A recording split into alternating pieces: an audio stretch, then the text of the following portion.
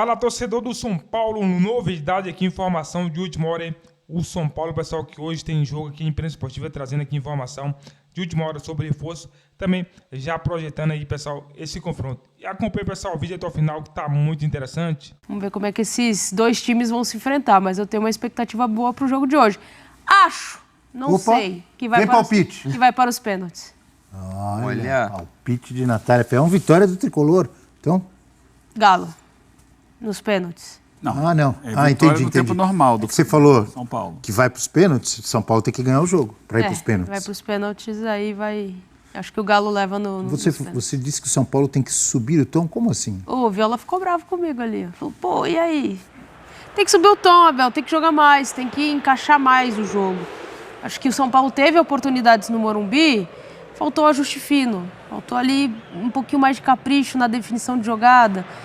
Falta alguém entender melhor ali a comunicação com o Lucas, que é um dos caras principais desse jogo.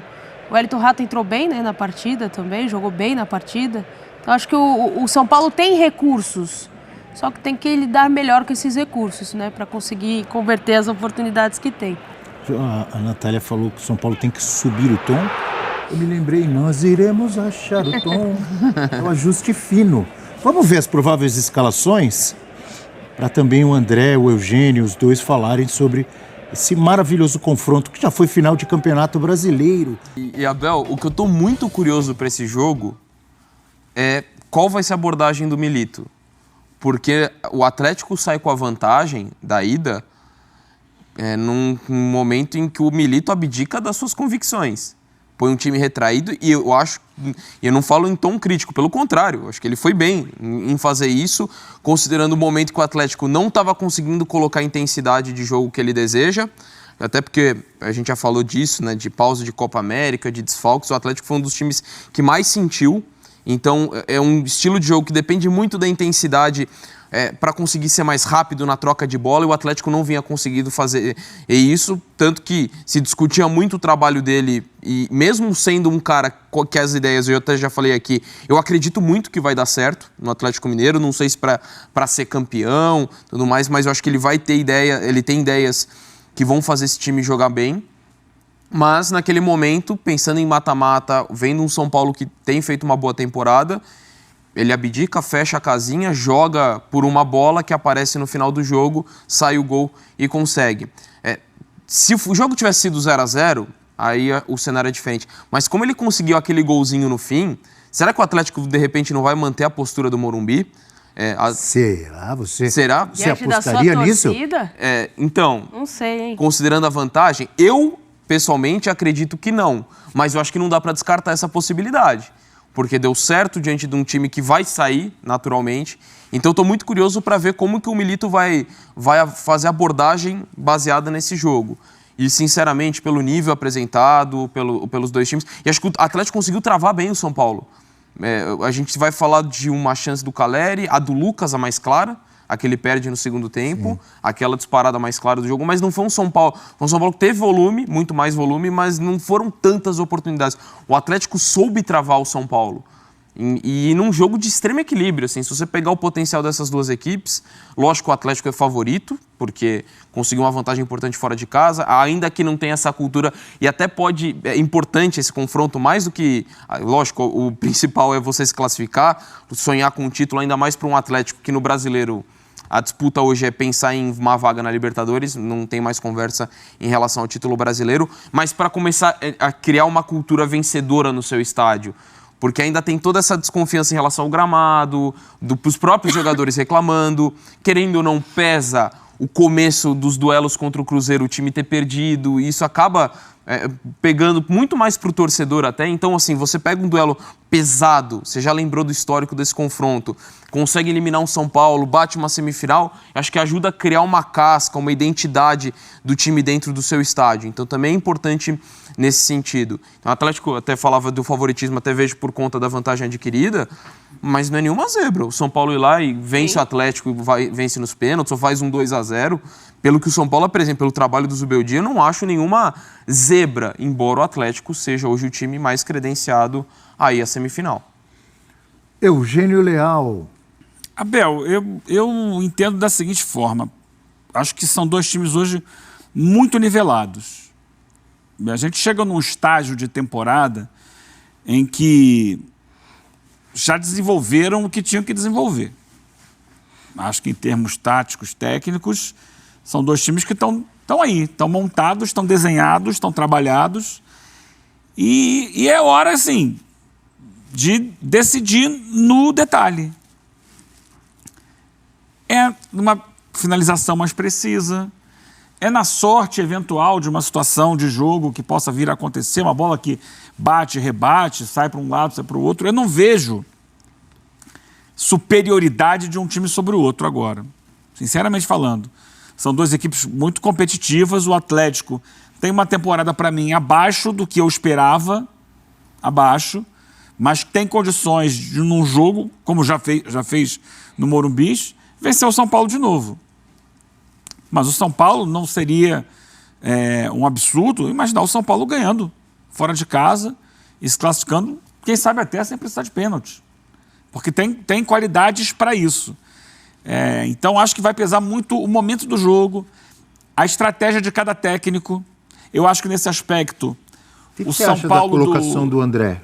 Que o Milito mudou um pouco as características dele, né? Do que ele pensa de futebol. Mudou no jogo de ida, né? No jogo de ida, então. Mas para hoje, o que você pensa? Eu acho que para hoje, jogando em casa, ele vai voltar a ser o Milito de sempre. Ele sabe que não pode sentar na vantagem.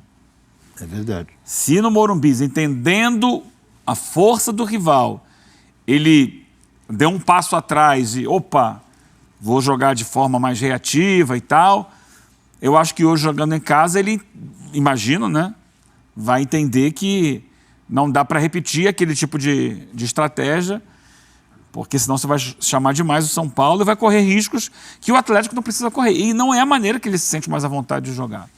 Então, acho que vai ser um jogo muito... Agora, é questão de o técnico também tirar da cartola novidades. Nem sempre de início no jogo, mas vai para o jogo com o time que se espera e tal, e aí, dependendo do andamento da partida, surpreender o adversário. É a hora de mostrar que tem coelho na cartola, né? Ou o Galo? Galo na cartola eu nunca vi. Coelho já vi. Coelho é o América, pô. Mas isso vale tanto para o Milito quanto para o Zubeldia. Eu entendo, pelo que a gente já viu dos dois na temporada, que o Zubeldia tem tido mais recursos além do padrão do time. O Milito mudou para mim, acho que foi o único jogo que ele mudou foi esse, o jogo de ida contra o São Paulo. Talvez contra o Corinthians, quando teve um jogador a menos na primeira rodada do Brasileiro. Mas foi muito circunstancial. Exato. Né? No segundo tempo daquele jogo ele fez isso. Que o Batalha foi expulso no lance com o Yuri Alberto. Mas em geral não, em geral é um time que gosta da bola, gosta de jogar no campo de ataque, tem as suas maiores qualidades são ofensivas e muito mais do que defensivas. Agora, é claro, segundo tempo, dependendo do andamento, se tiver 1-0 para ele ainda no agregado, aí ele tende a tentar defender mais a vantagem. E tem uma tela que a gente vai mostrar agora, eu confesso que eu não sabia, me chamou a atenção esse... Micarena, o Vasco, a gente acabou de falar dos tabus que foram quebrados, então, assim, eu acho legal esse tipo de informação, enriquece os dados que a gente traz em relação ao jogo, mas eu acho que isso não é garantia nenhuma. O que é garantia é que o Atlético é muito mais forte com o Hulk, aí pode ser o São Paulo, pode ser o Flamengo, pode ser o Palmeiras, o Bahia, qualquer time que ele enfrentar, ele faz uma diferença, ainda é um dos principais centroavantes do futebol brasileiro. E para mim ficou nítido o quanto que o Atlético sentiu a ausência dele. Lógico, concordo com o Eugênio quando ele disse que o Atlético jogou menos nessa temporada do que poderia. Mas você tem vários fatores que influenciaram. Não é passar pano, acho que tem as questões que a gente pode falar do trabalho do próprio Milito, de alguns jogadores, mas você tem a questão para mim dos desfalques que teve ao longo da temporada, acho que impactaram muito, e a ausência do Hulk, sem dúvida nenhuma, foi um dos fatores que fizeram com que o Atlético não apresentasse todo o seu potencial ao longo dessa temporada. Sabe o que me chama a atenção quando você fala que o Hulk é um dos principais centroavantes do futebol brasileiro? E muitas vezes ele é centroavante mesmo, durante o jogo. Mas é um cara que... Muitas vezes ele é armador. E nessa temporada mesmo, vimos várias vezes, aquele início de temporada do Galo que o Scarpa desandou a fazer gol, lembra? Sim. Quantas vezes o Hulk estava ali pelo meio armando e jogava a bola lá na direita para o Scarpa trazia para dentro e batia? Ele tem muita movimentação, né, Natália? Não sei se você vê assim. Não, ele é um jogador, ele não é aquele cara fixo dentro da área que vai ficar esperando bola, não. Ele vai sair bastante também para distribuir jogada, vai abrir espaço, vai puxar a marcação.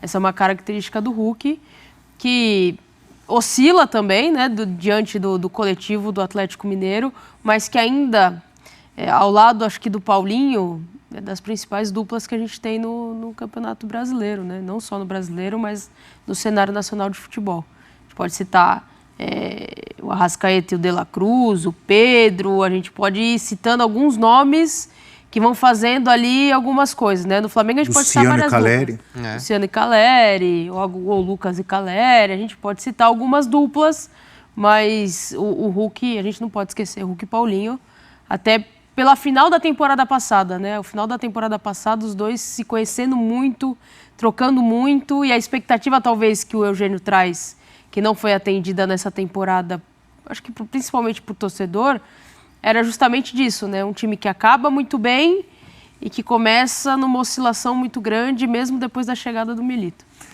Um confronto que promete, né? Um grande jogo. São Paulo e Galo lutando para chegar às semifinais da Copa do Brasil. Os dois vivíssimos na Libertadores em confrontos nacionais também. É bom lembrar, né? O Galo que vai ter o Fluminense pela frente e o São Paulo que terá o Botafogo pela frente. Olha que maravilha. E o São Paulo é atual campeão da Copa do Brasil e defende o título numa situação delicada contra o Atlético.